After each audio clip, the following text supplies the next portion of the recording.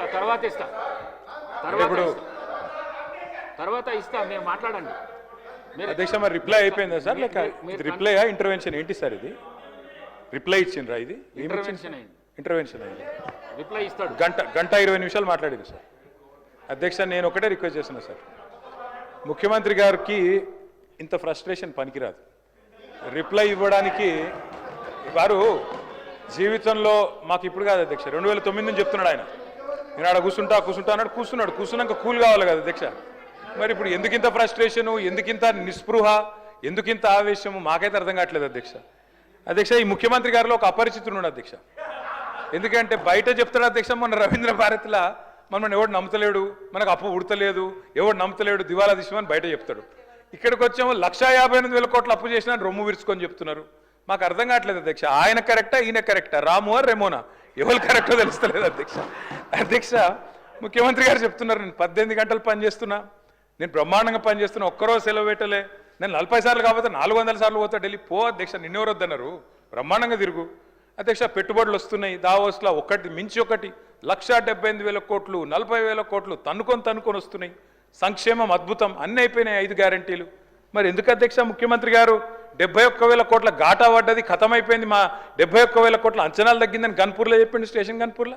ఎందుకే అంటున్నా అధ్యక్ష నేను, ఓదికేమో పైసలు లేవంటారు అధ్యక్ష, ఉద్యోగులకు డిఏలకు పైసలు లేవు, 6 గ్యారంటీలకు పైసలు లేవు, తులం బంగారంకు పైసలు లేవు. కానీ మళ్ళీ ఇదే ముఖ్యమంత్రి గారు ఏం చేస్తారు అధ్యక్ష, బ్రహ్మాండంగా ఫ్యూచర్ సిటీ హెచ్ఎండిఏకు 20,000 కోట్లతోని టెండర్లు, జిహెచ్ఎంసీలో 7,000 కోట్ల టెండర్లు, వాటర్ వర్క్స్లో 14,000 కోట్ల టెండర్లు, కొడంగల్ లిఫ్ట్ ఇరిగేషన్లో 4,400 కోట్ల టెండర్లు, ఫ్యూచర్ సిటీలో 6 లైన్ల మెయిన్ రోడ్డు, 2 వైపులా 2 సర్వీస్ లైన్లు, మొత్తం 10 లైన్లు, 5,000 కోట్లు, మూసీ సుందరీకరణ 1,50,000 కోట్లు. ఇన్నిటికీ పైసలు ఉన్నాయి కానీ 6 గ్యారంటీలకు పైసలు లేవు, తులం బంగారం పైసలు లేవు, మహిళలకు ఇచ్చేందుకు 2,500 లేవు. దేనికి పైసలు లేవు అధ్యక్ష? రుణమాఫీ అధ్యక్ష. నాకు ఒకటి అర్థం కావట్లేదు అధ్యక్ష. రుణమాఫీ అంటే నేను ముఖ్యమంత్రి గారిని సూటిగా అడుగుతున్నా అధ్యక్ష, వారిది కొడంగల్ నియోజకవర్గం, నా సిరిసిల్ల నియోజకవర్గం అధ్యక్ష. మీరు కావాలంటే ఈరోజు సభ అయిపోయింది కదా అధ్యక్ష ఈరోజుతోని, రేపు మీరు ఏ టైంలో అంటే ఆ టైంలో ముఖ్యమంత్రి గారు పోదాం, కొడంగల్ పోదామా, సిరిసిల్ల పోదామా, ఈ ఊరు కూడా మీ ఇష్టం.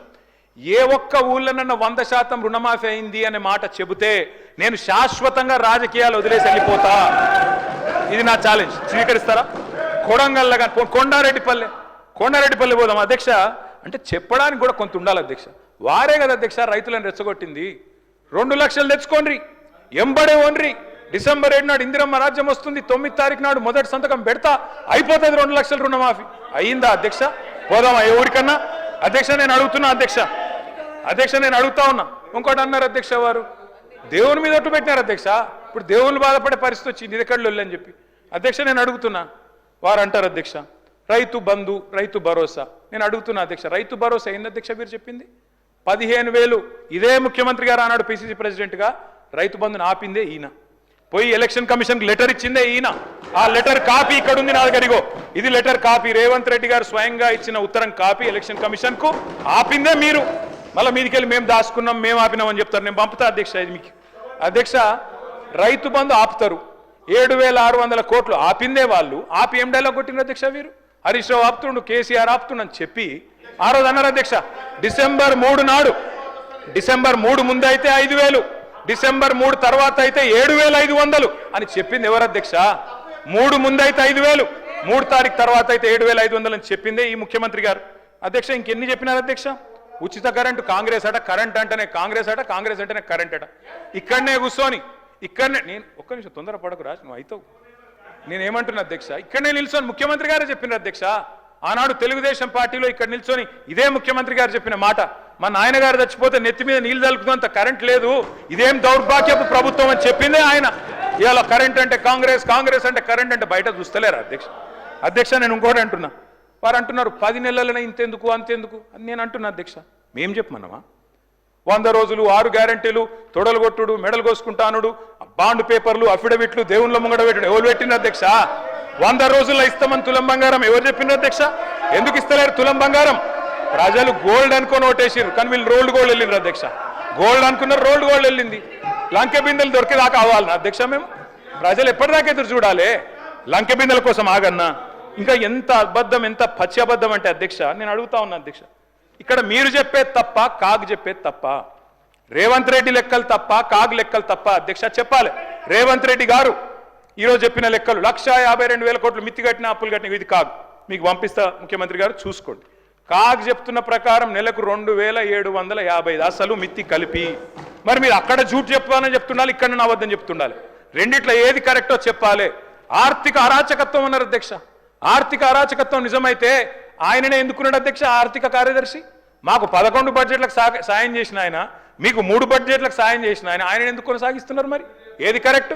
అందుకే అంటున్న అధ్యక్ష. ఇంకోటి బోనస్, అది కూడా గొప్పగా చెప్పిన అధ్యక్ష. బోనస్ ఇగో అధ్యక్ష, ఇది కాంగ్రెస్ మేనిఫెస్టో. పేజ్ నెంబర్ చూసుకోండి, పేజ్ నెంబర్ 8. ఏం చెప్పిన అధ్యక్ష ఈ మేనిఫెస్టోలో? వరి ధాన్యం మద్దతు ధర 2183. దేనిది మద్దతు ధర? ఇది దొడ్డు వడ్లది. 2183 అంటే దొడ్డు వడ్లు. దొడ్డు వడ్లకు మీరేం చెప్పినారు? 500 కలిపి 2683 ఇస్తామని చెప్పినారు. ఇచ్చిండ్రా? మీరేం చెప్పిన? మొక్కజొన్న 1670 కలిపి 2200 ఇస్తాం. కందులు 6300, 6700 ఇస్తాం. సోయాబీన్ 3950, 4400 ఇస్తాం. పత్తి 6025, 6500 ఇస్తాం. మిర్చికి మద్దతు ధర 15,000 ఇస్తాం. పసుపుకు 12,000 ఇస్తాం. ఎర్రజొన్నకు 3,500 ఇస్తాం. చెరుకుకు 4,000 ఇస్తాం. జొన్నలకు 3,050 ఇస్తాం. ఒక్కటన్ని ఇచ్చిండ్రా? బోనస్ బోగస్ కాలేదా? రాష్ట్రంలో రైతులు చూస్తలేరా? ఎటువడతాడు దబాయిస్తే అయిపోతుంది అధ్యక్ష. ఇంకా విచిత్రం, నాకు ఇంకా గమ్మత్ అనిపించింది ఆయన అధ్యక్ష. ఆయన ఏమైనా స్వాతంత్ర ఉద్యమం చేసి జైలుకు పోయింది అధ్యక్ష? ఏం చేసిపోయింది అధ్యక్ష జైలుకి? ఆయన ఏదో పెద్ద సానుభూతి. మేము పోలేదా జైలుకి? వరంగల్ జైలుకి నేను కూడా పోయిన తెలంగాణ ఉద్యమంలో. ఎస్ ఉన్నాం, అక్కడ బరాబర్ ఉన్నాం. మీరెందుకు పోయినరంటే నేను అడుగుతున్నా ఈరోజు. ఎస్, మీ ఇంటికి ఇవ్వాలని జూబ్లీహిల్స్ ప్యాలెస్ మీదకి ప్రైవేట్ డ్రోన్ పంపితే ఊకుంటావా? అక్కడ నీ బిడ్డనో నీ వైఫో ఉంటే వాళ్ళని ఇష్టం ఉన్నట్టు ఫోటోలు తీస్తే ఊకుంటావా? ఎవరి ఇళ్లలో పడతా వాళ్ళ ఇళ్ళ దొరబడతా, నా ఇష్టం ఉన్నట్టు చేస్తా, అరాచకం చేస్తా అంటే ఊకుంటారా అధ్యక్ష? ఇది పద్ధతేనా అధ్యక్ష? అంటే మీ కాడికి వచ్చేవరకే కుటుంబాలు, మీ కాడి కొరకు వచ్చేవరకే భార్య పిల్లలు, వేరే వాళ్ళకి లేరా అధ్యక్ష భార్య పిల్లలు? మీరు ఆనాడు ఇష్టం ఉన్నట్టు మాట్లాడినప్పుడు, లేని రంకులు అంటగట్టినప్పుడు, ఇష్టం ఉన్న సంబంధాలు మాట్లాడినప్పుడు ఆ రోజు లేవా నీతులు? చివరికి మా ఇంట్లో పిల్లల్ని కూడా తిట్టింది మీరు కాదా? ఆనాడు మా ఇంట్లో చిన్న చిన్న పిల్లల్ని పట్టుకొని, మైనర్ పిల్లల్ని పట్టుకొని బూతులు మాట్లాడింది మీరు కాదా?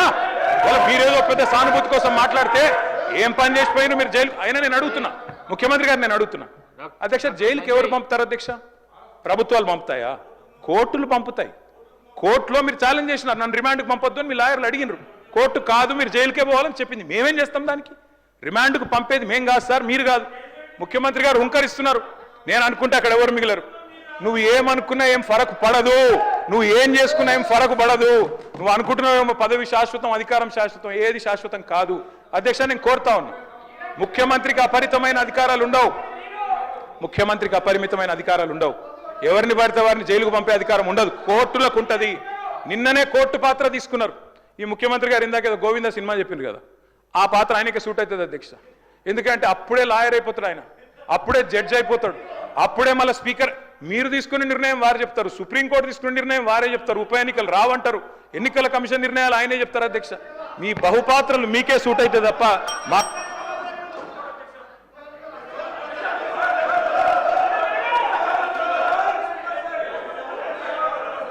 సార్ స్పీకర్ సార్ మీరు చెప్పారు, ఇన్ని పేర్లు చెప్పారు ప్రాజెక్టులు. నాగార్జున సాగర్, శ్రీశైలం, మంజీరా, మొత్తం కాంగ్రెస్ కట్టిన ప్రాజెక్టుల లిస్టులని చెప్పారు. నేను అడుగుతా ఉన్నది, ఎస్ నిజం, ఎస్ నేను కాదనలేదు కదా బ్రదర్. 50 ఏళ్ళ అధికారం ఇచ్చినప్పుడు ఆ మాత్రం కట్టాలి కదా, కట్టకపోతే కూడా బాగుండదు కదా. కట్టిండ్రు. మరి 2014 ముందు లేవా ఇవన్నీ? 2014 ముందు వానలు పడలేదా? 2014 ముందు ఈ ప్రాజెక్టులు లేవా? మరి అప్పుడు ఎందుకు వండలేదు పంటలు? ఎందుకో కేసీఆర్ ప్రభుత్వం వచ్చినాకనే వండినాయి. ఇవాళ ఎట్లా మాట్లాడతారండి?